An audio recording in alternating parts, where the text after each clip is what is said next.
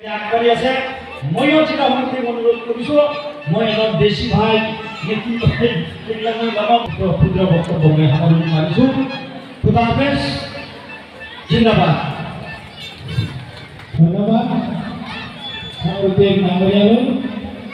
এবাৰ আমি অতি আগ্ৰহ গোয়ালপাড়া জেলা বেশি জনগোষ্ঠী সাধাৰণ সম্পাদক মহিন্দ্ৰ ৰহমান মই তেখেতৰ বক্তব্য বিশেষকৈ আমাৰ আগন্তুক দিনত বেশি জনগোষ্ঠীয় মঞ্চে কি পদক্ষেপ লৈছে আমাৰ ৰাইজৰ পৰিমাণতেই সামৰিছোঁ। ধন্যবাদ।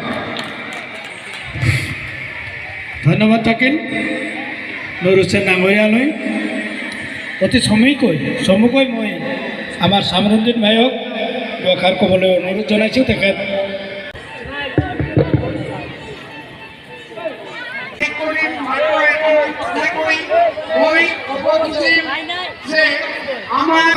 সংগঠনত গঠিত হৈছে।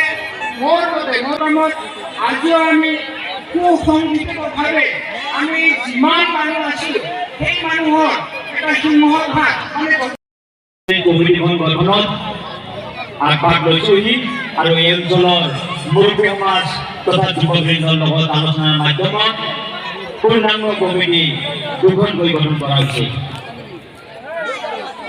যি কি নহওক আমি দেশী জনবিশ্ব মঞ্চৰ শুভকামনা কৰিছোঁ। এইখন অঞ্চলত দেশী জনবিশ্ব মঞ্চ সম্পৰ্কে